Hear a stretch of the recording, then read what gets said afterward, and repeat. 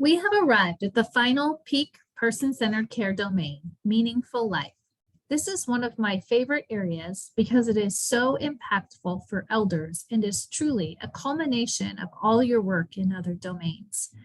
Traditionally in nursing homes, we are very good at entertaining elders, but we miss the mark in supporting meaning and purpose. The goal for the Meaningful Life domain is that elders have opportunities and assistance to pursue a purposeful life. As you can imagine, to do this, it takes more than just the activity department. Activities staff will definitely be involved, but their roles will morph and change just like the rest of us as we implement person-centered care. It will take all of us to support elders in purpose and meaning. Within the Meaningful Life domain, there are two cores, supporting the human spirit and community involvement. Let's start with supporting the human spirit. The goal for this core is that team members work together to discover and support what gives each elder meaning and pleasure. This core has two supporting practices, day-to-day life and planned and spontaneous activities. As a reminder, to successfully pass any of the peak cores, you must address all the supporting practices and associated outcomes.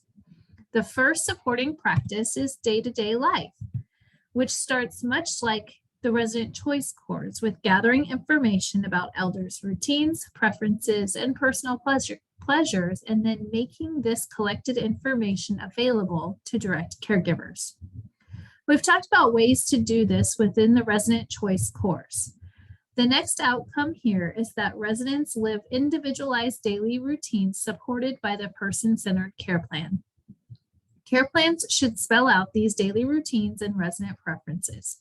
Care plan goals should be based on the goals of the elders. If I gain 5 pounds, do I want to lose it? If not, then weight loss should not be one of my care plan goals. Another outcome for day-to-day life is that individual spiritual and cultural preferences are supported. This is not addressed by offering various church services and devotions within your building. This will be part of it, but it is deeper than that. This gets at people's individual preferences around spirituality and their culture. Ask elders what they want and how you can support their specific preferences. Then care plan it and support it. The final outcome for day-to-day life is that elders are honored when they pass away. Each and every elder's life matters. Sometimes we as staff try to protect elders from death by hiding that another elder has passed away. While this is done with good intentions, it doesn't accomplish our intended goal. It actually hurts elders more. At the time of each elder's death, think about how you might acknowledge their passing and honor them. Homes in the Peak program have done some amazing things in this area. Some homes display a rose or flower right away on a designated table. This is a signal that an elder has passed. Throughout the week, the elder's picture and obituary are included with the flower or rose. Other homes have a special blanket that is placed over the elder when they are taken out of the building, and staff and elders who want to accompany the elder out. Talk to the elder. Ask if and how they want to be honored.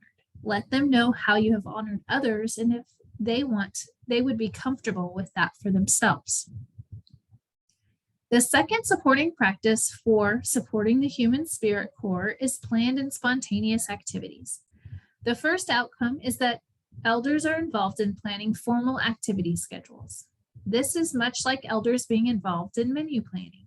It is not about providing feedback on activities provided. Elders should drive your activity calendars. Your calendars should reflect the elders that live with you right now. This might be accomplished by an activity planning committee with interested elders. You might bring ideas, but elders should feel comfortable generating ideas and should ultimately decide what goes on the calendar. Get input from elders who don't want to come to planning committee meetings. Also review the information you gather from elders when they move in. Use some of these interests to inspire your calendars as well. The final outcome for this core is that elders are involved daily in determining spontaneous activity. How do your teams talk with elders about what they want to do today? Talk to elders daily. We aren't talking about monthly resident council meetings here. These are conversations that occur regularly and informally. Team members need to be empowered to make these spontaneous things happen. As you can see, it can no longer be the sole responsibility of the activity director. The expectation and culture become such that everyone understands that their role is to support elders in the daily life they want to live. The final peak core is the meaningful life domain is community involvement. The goal of this core is that elders have opportunities to build and maintain existing connections. This core has two supporting practices, internal community and external community. All outcomes in both supporting practices must be addressed to fully accomplish this core.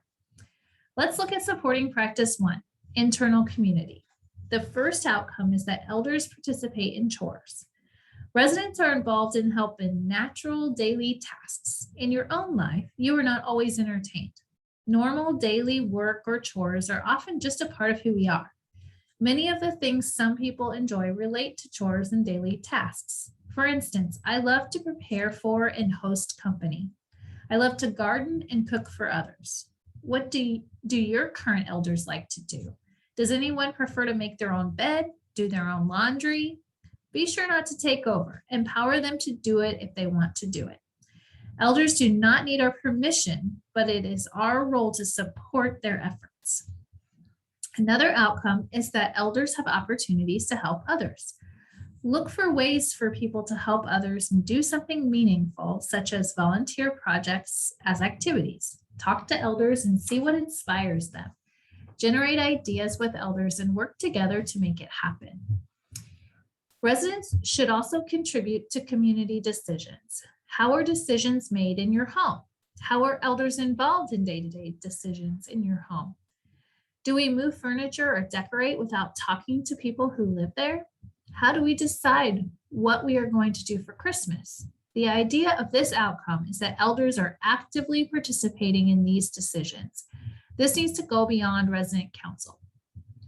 The final outcome is that elders have opportunities to express their preferences and concerns. Elders should clearly know how to do so and feel comfortable with what opportunities are available to them. The second and final supporting practice is external community. To know what connections elders have and want to keep, we need to ask them. Find out what connections the elders have with the community. How then can you support them in maintaining the connections they want to keep? The next outcome is that person-centered care plans address ways staff support connections as desired by elders. As you identify what connections elders want to keep and maintain, the care plan should spell out how you plan to support the elder in this. Another outcome for external community is that outside community members are welcomed in your home and family and friends feel welcome as well. How can you facilitate and foster connections with the community? Consider intentional ways to foster these connections and keep them going. What can you do to help family and friends feel welcome in your home? What can you do to support elders in hosting their own invited visitors to their home? The final outcome is that your home engages in community projects in life. This goes beyond events and activities as an organization you have decided to get involved in, like an annual parade. Engage residents in determining and deciding what they want to be involved in and engage them in being involved in what they have decided upon. For instance, in one home, the elders were asked if they wanted to be involved in the community chili cook-off. The elders decided they wanted to. They had a chili cook-off in-house between neighborhoods to determine which one went to the community cook-off.